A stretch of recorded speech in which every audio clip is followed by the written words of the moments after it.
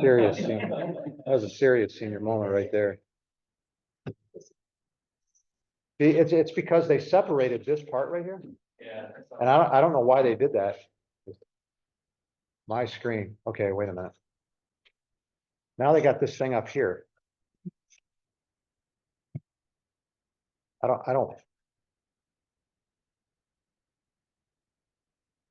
not having a senior moment. I'm having an irritating moment. Well, they can be the same. I don't know. Anyway, yeah, we crashed last week for 3 minutes. It's 15 minute to 18 minute mark. My laptop crashed at 15 minutes. And it seemed like 60 seconds for it to come back up. It was a full 3 minutes that my laptop took to come back up again. So there's a 3 minute hole in the recording. I just put in there that it starts at 15 minutes and ends at 18 minutes.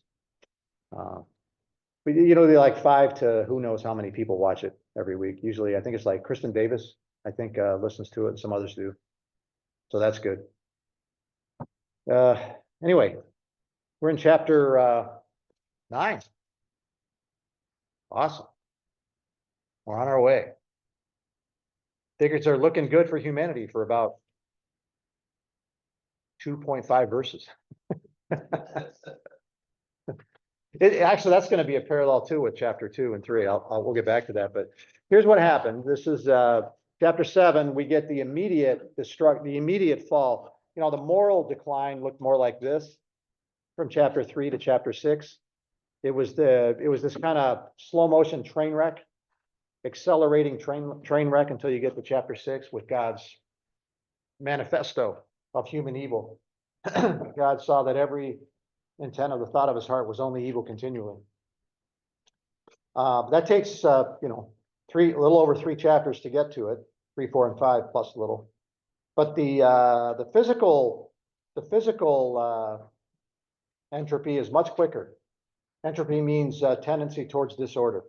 So this is moral entropy right here. So which law is it? The third law of thermodynamics? A tendency towards disorder unless a force is acted upon it the work is done on the system to maintain order, So your body does a lot of work to keep it ordered. You have to do a lot of work on your law, and that's using it in a philosophical sense right there. But systems tend towards equilibrium. And in the universe, that means the universe is headed towards an equilibrium temperature. So these little pockets of energy like the sun and even the core of the earth with its 8,000 or 10,000 degree core, that's an indication that we do not live in an infinite timeline, that these systems have only been in place for X number of years, and that they are now losing their energy, and we will eventually, if allowed to go long enough, reach a point of equilibrium where there is the same temperature throughout the entire universe. That's where we're headed. And so we have this moral entropy where the humanity declined into a sort of equilibrium of depravity. And God, that's the statement in Genesis chapter 6, verse 5. That's what God saw. The result of the moral equilibrium, the equilibrium of depravity, if you want to think of it that way. That's that statement. I'm making this up as I go along, and Tom is not here to check me. So I don't know, what he would say about this, but if you look at that statement in chapter 6,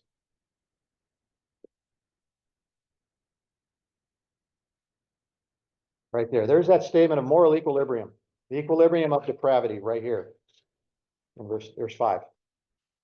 The Lord saw that the wickedness of man was great on the earth, and every intent of the thoughts of his heart was only evil continually. He looks out and he sees this equilibrium of evil. There's nothing to distinguish. All the usable energy has been used up. All the goodness of his creation at the end of chapter 2, when they were both naked and not ashamed. And at the end of chapter 1, he looked and behold, it was very good. Those are statements of minimum equilibrium, of minimum entropy, maximum equilibrium. Forget that. I'm being too complicated. Minimum, that's still too complicated. Minimum entropy, I'll just say that. No chaos. There's no moral chaos in the system. There's moral order in the system. That's the way he built it. And then we will see this like the sun and the other stars using up their energy heading towards this equilibrium, that's what's going to happen to the human race. And we see it spread out and across with Lamech, and then on the sons of God and the daughters of men and so forth. Cain and Abel, until it's just this wash, this equilibrium of evil that God assesses right here in Genesis chapter 6, verse 5. So he makes this pronouncement. He's going to make the earth do the same thing. He's going to achieve a situation of maximum equilibrium, minimum order in the physical world that's going to be characterized by a return to the formless and void state of chapter 1, verses 1 and 2. And the earth was formless and void. And that's where we're headed back. The equilibrium of the water, meaning utterly useless. Like the humanity that reached its moral equilibrium of uselessness, the earth itself will do so as well. And that's what's just happened in chapter 7. And now in chapter 8, he is now doing work on the system to achieve again a usable system physically. But the situation with humanity is such that the rules are going to have to change. And one of the rules is going to be, henceforth, humanity will exist only with the constraints that I placed with the covenant, where I covenant with myself to no longer destroy mankind. So the moral situation is going to remain. The physical world is now unstable. It's not what it was before. It's unstable. It's not maximum ordered. Like humanity is not maximum ordered anymore in terms of its moral order. It's all marred. All of it is marred. So when we talk about the effects of the fall of man, the effects were systemic on the earth as well. We live in an unstable planet. The ground on our feet, we can no longer rely on the ground underneath our feet. And if you watch 1 or 2 YouTube videos, they'll just keep recommending them to you, and you'll see what I'm talking about. We talked about the Ring of Fire, where 75% of the volcanic activity is on the face of the planet that skirts along the California coast. That makes makes part of California precarious. Every once in a while, it wells up. The remnants of the flood, in my opinion, make their presence known when that fault line gives way. Or, you see our Mount St. Helens erupts, and there's the reminder again. And then there's the scar of Mount St. Helens, or the caldera, these dead volcanoes where you can see where they used to be, which are all over the place. So that's the situation physically, but that's deliberate. He left that. He could have done the whole thing over again. He didn't. He works in the system that he has reset to his liking, given the situation. So that's chapter 8. And then we exist then under this first covenant announced by God in the Bible, the covenant with Noah. And then we will find out in chapter 9 that covenant is extended. It will continue in chapter 9 with that covenant extended to the rest of what he calls the descendants of Abraham, of Noah. But there's the covenant promise. Oh, thank you, sir. I forgot my notes again. Hey, you got it. The percentage is really bad. How much you're forgetting. I know, it's been recent. I went through this period, so that's like 4 times in the last 6 weeks. I forgot to bring my notes, and she's had to print it out for me. But I went through this little period at my bank. I work at a bank where I would leave my card in the ATM machine, and then one of the people in the branch would bring it up to me in the office. It was like 4 times in 2 weeks or something like that. She would show up with, she would show up with it and give me my ATM card, because you leave it in there and it just eats it after 30 seconds or a minute or something like that. And then I never did it again. So I don't know. I've never done that until, I don't know. Yeah, I am eligible for Social Security now. So, Anyway, this is the covenant spoken in virtually a sort of poetic form. We have now these ideas of the harvest. The the heart, what do you call it? The agricultural calendar now sort of dictates, and the seasonal calendar sort of dictates then, and as a reminder, in a sense, of the continuing grace of God on the human race. You know, every time you see those leaves turn, or you see those empty fields, you get to say, another year notched under the covenant of God since the flood. So lots of reminders out there. Every time I look and see that's one of the reasons I watch these YouTube videos of volcanic activity and so forth. You know, these videos, if you've never seen a video of it, where the camera happened to be where the earthquake happened and the ground opens, it's unnerving. Because if you can't count on the ground underneath your feet, what can you count on? You know, and that's all of Japan, because Japan is directly in the line of fire in terms of the ring of fire. You know, so they're basically it's a volcanic island like the Hawaiian Island. Hawaiian Island is a series of volcanoes, and the flows, resulting flows. But you know, he summarizes it at the end there with day and night, which is all the way back to chapter 1.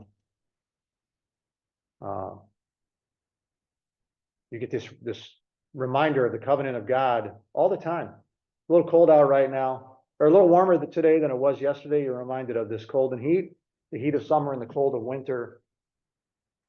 Day and night shall not cease. So there's God operating in a covenant that he made with Noah, but really with himself. He swears to himself to do something. It's not anything that depended on Noah, or that Noah requested. Noah's just going about his business, and God plucks him out of the moral depravity of the human race, and so I'm going to make a covenant with you, and I'll tell you about it later. In the meantime, that happens a lot in the Bible. In the meantime, you're going to build a boat, and then we'll go from there. And then after the thing, we don't have any idea what God said to Noah while he was in the boat. Just because the Bible doesn't say that something happened doesn't mean it didn't happen. Did that make sense? Yeah. Just because you don't see God talking to Noah when he's on the ark doesn't mean he didn't do it. And we'll remind ourselves of that quite a bit.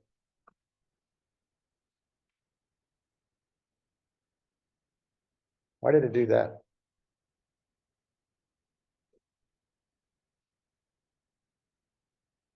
I don't know. This new Zoom, for anybody who's just listening to the feed, you don't know that what I'm seeing on my computer is totally confusing now with the Zoom feed. They did an update and they changed it.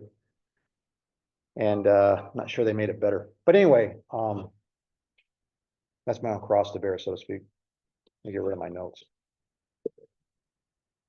All right. What do I want to do? So that's what we just came through. Now we're in chapter 9. So in chapter 8, God has reaffirmed that he destroyed everybody but Noah, but he's not wiping out the human race. We have these covenants then. We're going to have the covenants that operate sort of in concentric circles. They contain one another. So at the outer layer, you have Noah, the covenant with Noah and all of mankind. Then within that one, he's going to select Abraham. And there's going to be a covenant with Abraham. Then within that one, he's going to select Moses.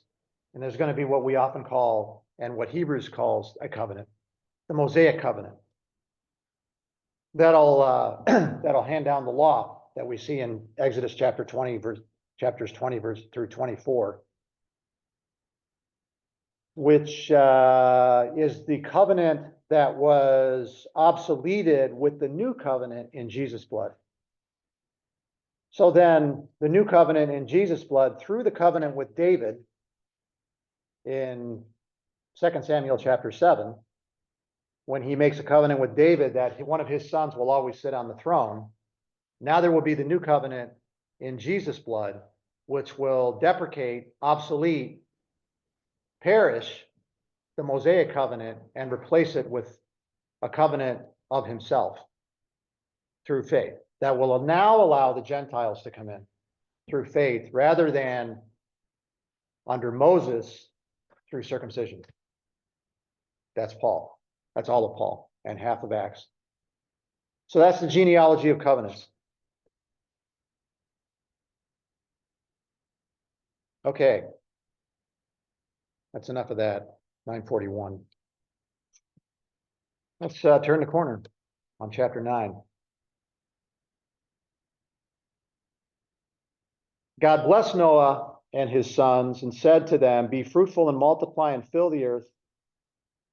That should sound familiar. We'll go back and look at that in a second. The fear of you and the terror of you will be on every beast of the earth and on every bird of the sky, with everything that creeps on the ground and all the fish of the sea. Into your hand they are given. That's new. That's an addition. That's an addendum to the command to be fruitful and multiply in chapter 1. Every moving thing that is alive shall be food for you. I give all to you as I gave the green plant. That's new. Doesn't say that they didn't eat animals before, but this implies that they didn't. And this is a new. So you have the affirmation of something from before, and then there's an addendum to it, a modification of it. And that's now the case here as well. Only you shall not eat flesh with its life, that is, its blood. Surely I will require your lifeblood. From every beast I will require it, and from every man's brother, I will require the life of man. Given the new situation with man's state, with man's condition, post-Adam, post-chapter 3, post-garden, there's a new man, there's a new requirement. Remember, the old requirement, the other one, in the first case, in chapter 2, we should go look at this.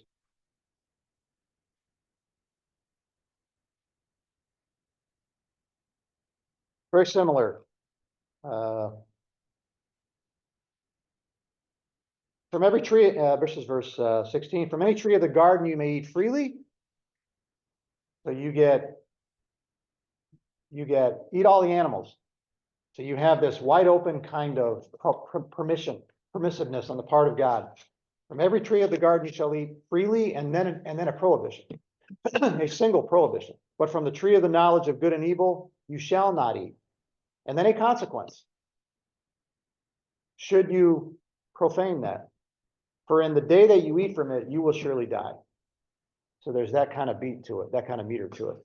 And then if you go here, you see, be fruitful and multiply from before. I give all to you as food. Every moving thing that is alive shall be food for you. Only you shall not eat the flesh with its life, that is blood. And speaking of life, now here's a prohibition, another prohibition. So there's two prohibitions. Surely I will require your lifeblood from every beast I will require it, and from every man's brother I will require the life of man. So there's your consequence for the new prohibition that he has to give now, given the new state of man and his depravity and his propensity towards violence. Very often in the Old Testament, evil is equated with the causing of human suffering in some form. And you'll see that over and over again. Even the affliction of the poor and the widow. You know, there's humans causing suffering to other humans. That's condensing. That's a reductionist, a pretty good reductionist definition of evil. The causing of suffering to other humans. So this is where they have capital punishment come in. Yeah. And I see also requiring from beasts. Yeah, no. Then in Moses, You know what? I didn't notice that when I was reading it. Yeah, so I know in Moses is, he's laying out law, doesn't say if a bull gores a man, there's this requirement to even kill off animals that do harm to humans. It's been a long time since I read Leviticus. But the point being, I didn't actually notice that until I was just reading it. And then you picked up on it immediately. Like, Another thing I was gonna say that wasn't before Adam was that all the animals had a fear of you yeah, and terror. So it's basically continues even to today, you know. Yeah. You might want to stay around. Probably made it easier for them on the park to have the animals not afraid of them. Yeah, it's funny, you know, I watch a lot of political videos and I get worked up and then my watch explodes and I go, oh man, look at, I'm all stressed out. I've just been sitting here. So I'll go and watch these, animal videos, funniest animal videos, you know, these cats and dogs doing stuff and so forth. It's, and every once in a while, you'll see here's the point, you'll see somebody will walk out, a woman walks out onto her porch and there's a black bear there Yeah. with her 2 cubs. And in order for the black bear to get out of there, he's got to climb over the railing. He sees the human. She sees the human. Down go the cubs and out goes the female. They don't, there's just, and every time that happens, I think, yeah, kind of there it is. There's just this instinctive, you know, they're viewed as a threat. They're like they're like the apex predator. Now, there's some exceptions to that. Tigers, you know, some of these animals, you know, they operate. Yeah, it's like a tiger says, I ain't buying that. It's food. Look at all that food right there, you know. But anyway, I was watching this one. I think I've told them this one time at their house. I was watching this one where this woman walks out onto the porch and there's a bear there. And rather than run back in, she's shoo, get out of here. It's the big bear. It's not a little black bear. It might have been a male. I don't know if the males are bigger in the black bear world, but you're watching the bear walk away. And as he walked away, he just drops one on the porch to get even or something. I don't know, but it just wonk. And there's the woman swears at the bear. The bear could have turned around and eaten her anytime he wanted, but you know, he's going to get even. And then she gets mad at him for defiling her porch. It's a strange moment, which gets like 10 million views or something like that. You know, it's funny in so many ways, but anyway, there's you know, I agree with that. You can see this. You'll see, I was watching this documentary where these guys were, the rule is on the, what do you call it? On the plains, savannas in Africa, you stay in your Jeep. Animals think of you differently if you're on the Jeep. It's like you're a part of the Jeep instead of if you're off the Jeep. So you don't put your feet down, you keep in the Jeep. And they had stopped their Jeeps and they were doing stuff around. And then when they were getting ready to leave, they looked over and this little bit of woodsy area, and there's all these eyes. They're just numerous eyes, and this pride of lions had been sitting there watching them the whole time. They're just sitting there watching them in the brush. They never knew they were there, but they didn't attack. I mean, lions are always hungry, unless they just ate, in which case they're the laziest animals on the face of the planet. Unless they're just ate, they don't pass up a free meal. So, you know, that's something about humans. So we have this idea of the lifeblood.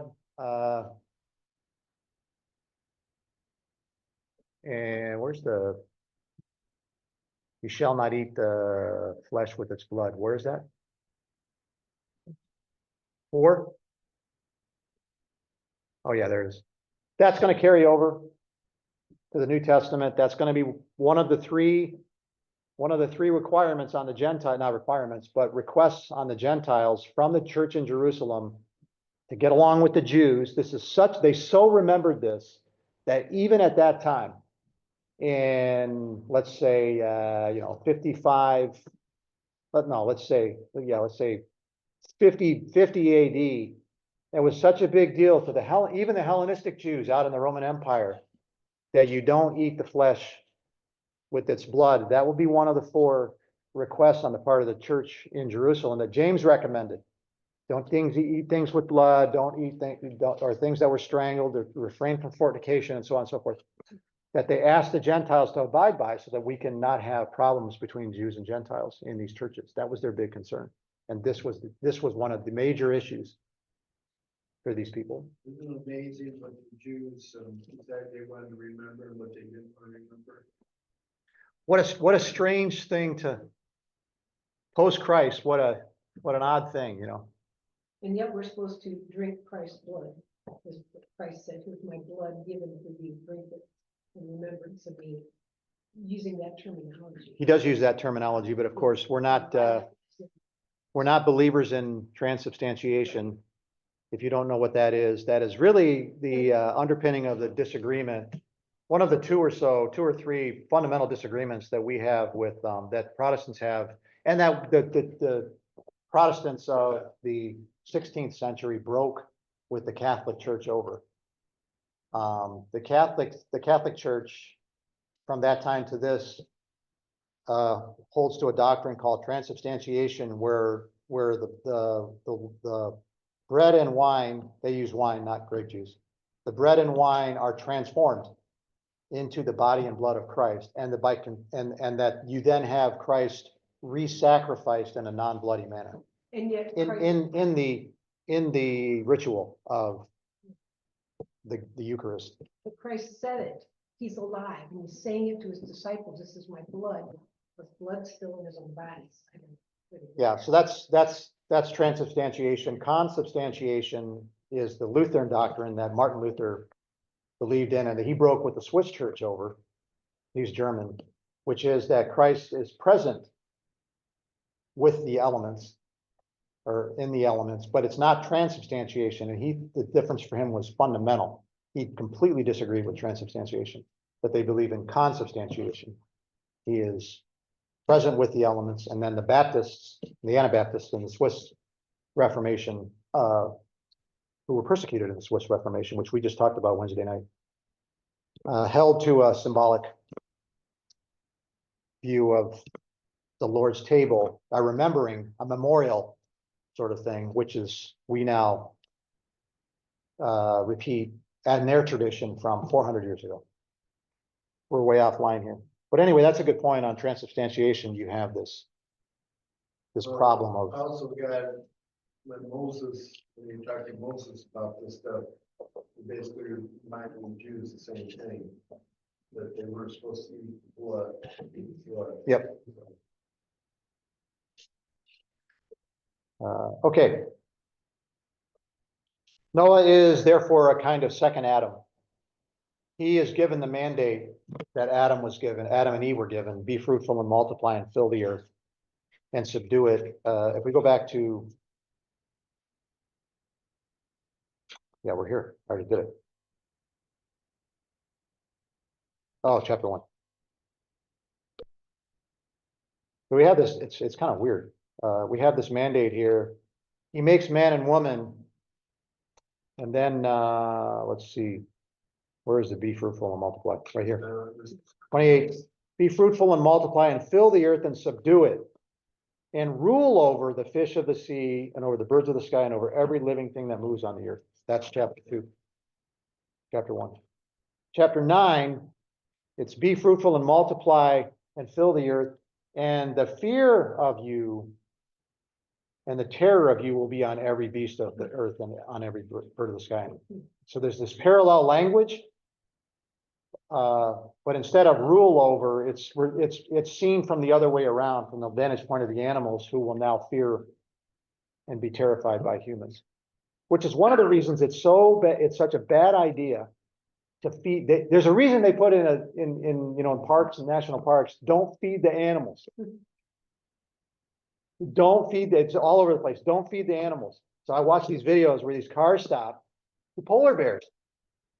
Cars stop and they polar bear is trained. Here comes the polar bear, and he actually holds out food, and the polar bear takes the food from the hand of the human. What are you training the polar bear to do? From humans. Humans are a source of food. Well, it's a very, very small step from humans are a source of food to humans are the food. And polar bears are one of those animals that will attack and kill and eat humans.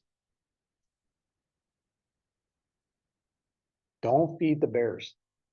They do it anyway. Or they get out of the car at Yellowstone National Park. I just saw one like this. Here's this bison. It's a ginormous animal. And there's all these people around him, all the way around him. Like they're standing behind, like it's a movie and it's on a screen or something. They're all around them. And this, just waiting for this bison to get irritated enough. And so one of the humans gets a little too close, so he turns and looks at him and he backs off, but it's like, come on.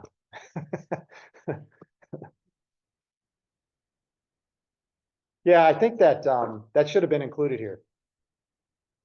And don't feed the bears.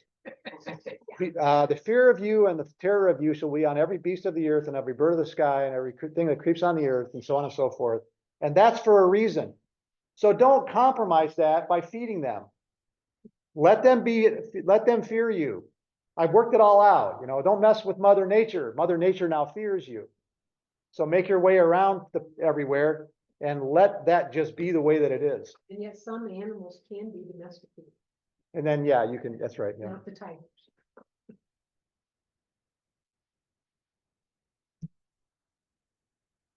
For some reason, there's people that think that having raccoons as pets is a good idea. I don't understand We have a neighbor, with a raccoon. oh, he raises raccoons. Great. Everybody raises raccoons unless they take precautions not to, Mhm. like mice.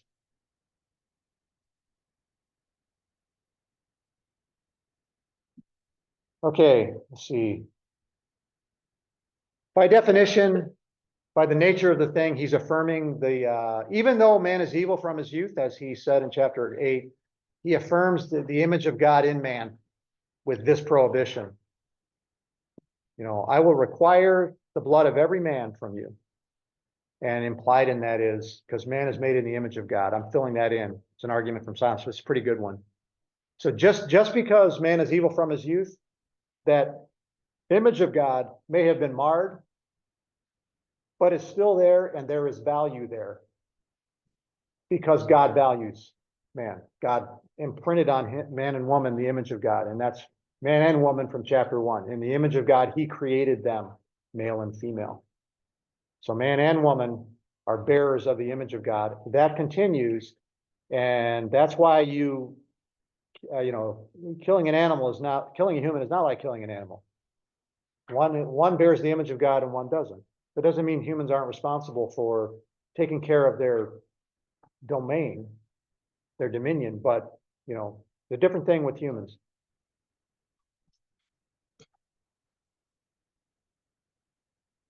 And there's still cannibalistic tribes out there.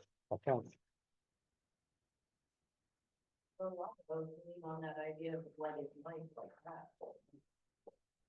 They're trying to hold on to the life of the person who died in something, not always, some of our war eaters, but. Really? I know that it's ritualistic a lot. It's got that element to it. It's not just food.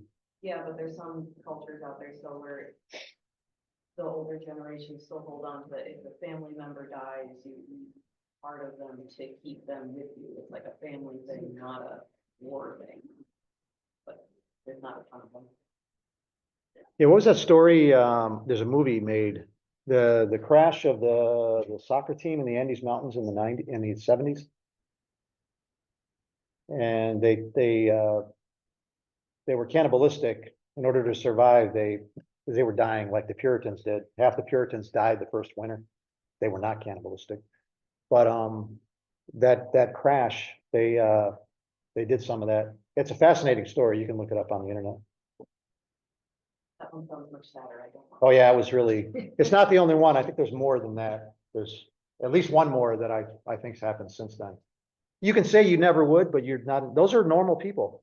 You know, it's like the people that jumped out of the World Trade Center when they were hit by the two towers, when they hit by the airplanes.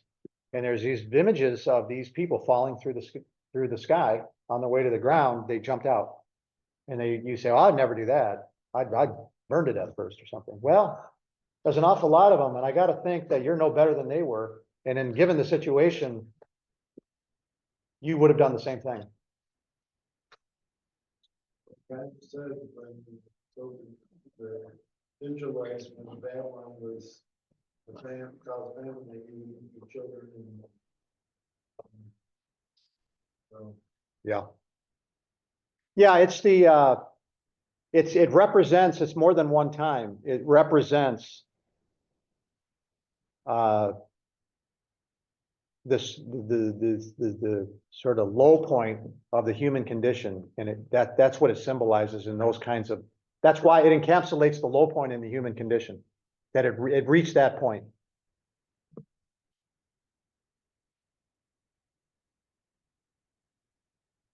Obey the creation mandate, do not destroy it. Let's see.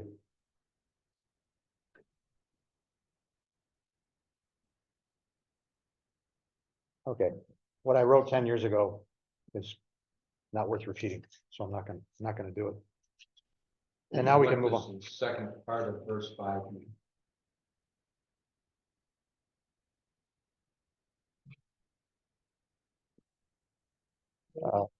Thou shalt not murder.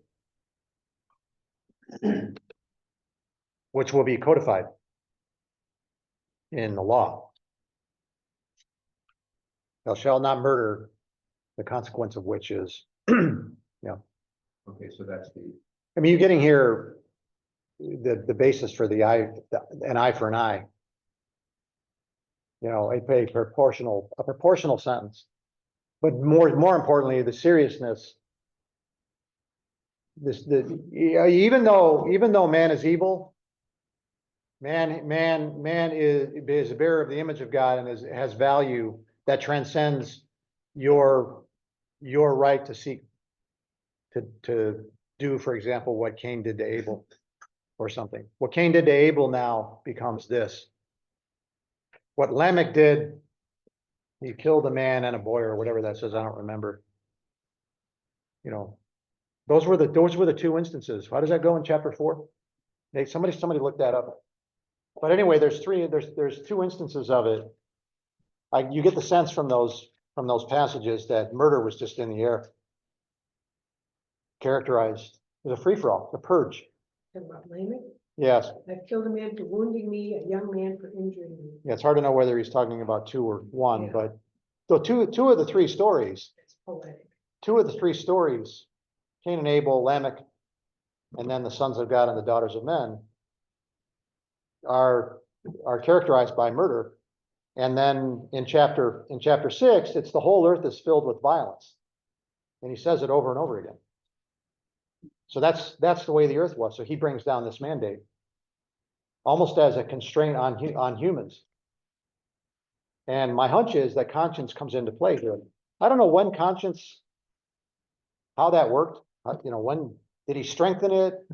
When was it created with Adam and Eve, or did it come into being when Adam sinned? Did he strengthen it after the flood? You got this presence of conscience, which is this sometimes unbearable constraint on human nature, where it will kill you. You can do something and be racked by conscience for 50 years until it just destroys your psychology, your emotional well-being. Conscience functions like that. It's this tremendously powerful constraint on human evil. That's what it does. That's what it is. And then every once in a while, you'll have these people, whether by genes or by nature or nurture, who seem to have none and are unaffected by the evil which they do and unaffected by the evil which other people do. And there's degrees in between. You have people that have very, very, very acutely sensitive conscience, who can't watch certain TV shows. I have some of that, so do you. Who think about things that happen to people and they can't get it out of their minds. Who do one little thing and rack themselves with guilt for what they did, or worry that they did. And then on the other end of it, you have people who are devoid of any ability to sense human pain from a distance, and so operate without that constraint on their behavior. I'd almost say that God, he created us with a conscience, but the conscience really didn't come into effect till sin came in the world. Yeah, Because all of a sudden they knew they were naked and they had to cover themselves. That was their conscience telling them that, hey, something's wrong here. In this Yep. situation. Yeah, So man, it just shows how man, even though they have conscience, ignore that conscience and continue to do evil. right. And I think basically the end of verse 5 there, basically going into chapter 6, verse 6, basically kind of sums up that statement he made about from a man, from a brother that will require the life of a man. And whoever sheds man's Yeah. blood, by man whose blood shall be shed. Yeah, this is fallout from from pre-flood behavior. This constraint is now placed on man. And he may have changed man to understand, I don't know, but that's what it's doing here. What was confusing me in verse 5 is the every man and then the every man's brother. On the ESV, it says from his fellow man. Just puts them together. Yeah, they're making a call on what he means by every man's brother. Now, there's a, I think what's probably, as I think about it for 2 seconds, what's probably going on here is there's a sense of corporate identity. He's treating the human race corporately, which he will for the rest of the Old Testament. You know, he'll punish to the third and fourth generation. He punished the whole human race. I mean, the implication is everyone was evil, but he will punish all of the sons of Israel. When David takes a census, 70,000 Israelites died for David's sin. Because that's the way he operates. He treats humans individually, and he also treats humans corporately. And there's a solidarity about the human race. You are affected by other people's evil. It's God ordained, and it's God initiated sometimes. Also the Avenger of Blood, Avenger of blood? yeah. Some cities set out so that people can escape. Yeah, the cities of refuge that the Levites were supposed to get, which the Israelites never gave to the Levites. So the Levites became a wandering band of nomads, hiring themselves out. You know, that's one of the sad parts of Judges. You know, Micah and the idol, and he hires this Levite to be the priest to his idol. And then the Danites come and they steal him. And they take him up to Laish. They wipe all those people out. I mean, the evil there is just incredible. And then he sets up a new center of idolatry up there. Becomes a center of idolatry to this day, is the quote. But I don't know why I went through all that. But yeah, these stories are just really potent in what they communicate about God, the way he operates, and the way the humans are, and in the history of redemption. We got started on it because you mentioned the corporate. Yeah. Most people don't think about it that way. There's a lot of corporate solidarity. God treating the human race or a group as one. And so what one person does affects the entire group. If you don't like it, it's just too bad that he does it all the time. This, you know, there's more than one instance of him. The 10 spies come back and do what they do, and the whole generation will perish except for those under 20. The whole generation of Israelites that came out of the Exodus will suffer for it. As he's starting, he's only talking to the 8, so, We got 8, yeah. but they are pretty connected. Been in the boat. But it's as if he's saying it to them, but it's as if there's this invisible sea of humanity Right, out there well, that he's really. It's extending because everyone is going to be connected to these Yeah. people. They do the same, the opposite. A lot of times when in the Old Testament, when they, ask God to forgive them, they didn't ask them just for themselves, they asked for the whole nation.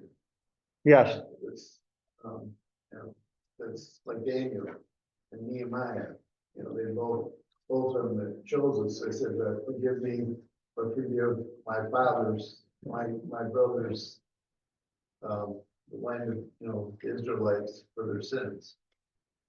So it goes the opposite way too, not just in evil, but also in forgiveness. Yeah, there's an individual worship and sanctification, and there's a national worship and sanctification for Israel.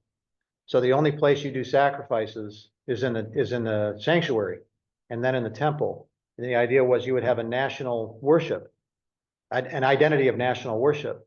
You're a people of God. You're a people of God, a single entity in that sense, which Peter will affirm in 1 Peter. You are a royal nation, a people separated for God's own name, or something like that. He reaffirms the national identity of Israel, now transplanted onto the new people of God. Somebody can find that. But there's that corporate Paul wants to present you, the church in Colossae, holy and blameless and beyond reproach. Now, of course, what's required in that is the individuals. That's a collective of individuals, but that's the point. Then God said to Noah, we'll just introduce the covenant again, which he already introduced in chapter 8 at the end. God said to Noah and to his sons with him, he spoke to Noah and to his sons with him, saying, now behold, I myself do establish my covenant with you, and I'll make only one point, I'll read to the end of it. And with your descendants after you, so there we are. And with every living creature that is with you, the birds, the cattle, and every beast of the earth with you, of all that comes out of the ark, even every beast of the earth, I establish my covenant with you, and all flesh shall never again be cut off by the water of the flood. So there's the first statement of the covenant. Neither shall there again be a flood to destroy the earth. There's the redundancy.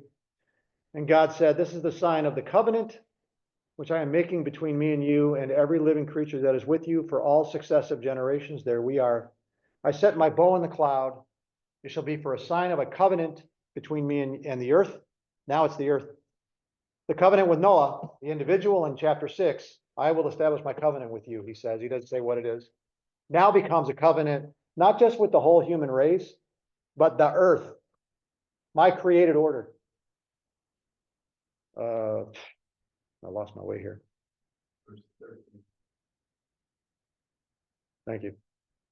It shall come about when I bring a cloud over the earth that the bow will be seen in the cloud, and I will remember my covenant, which is between me and you and every living creature of all flesh, and never again shall the water become a flood to destroy the earth. That's the second iteration of statement of the covenant. When the bow is in the cloud, then I will look upon it to remember the everlasting covenant between me and every living creature of all that is on the face of the earth.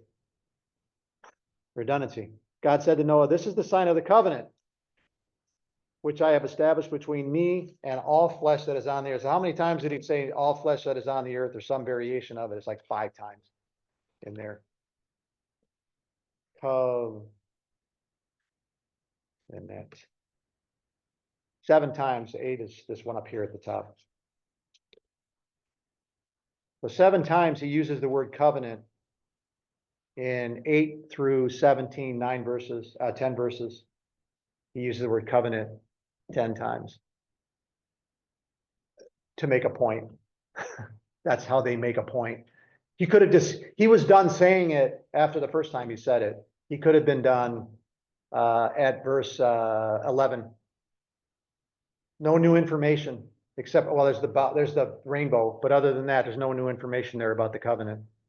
Interesting that the rainbow has now been co-opted. You just got to wonder if that's, I'm not the first one to say this, but it's awfully coincidental. God's covenant of peace with the human race, or restraint, let's call it that. Restraint towards the human race is become a symbol for some kind of unrestrained moral permissiveness, which is how I think of that world. It's an ideology based in moral permissiveness of all kinds. But anyway, we'll pick it up right there next time. We'll talk more about this covenant as we make our way to chapter 12, when Abraham is introduced, which is only a couple chapters away. Okay, thanks for joining.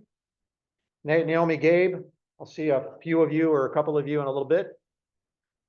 Thank you, Gary. All righty. Take care.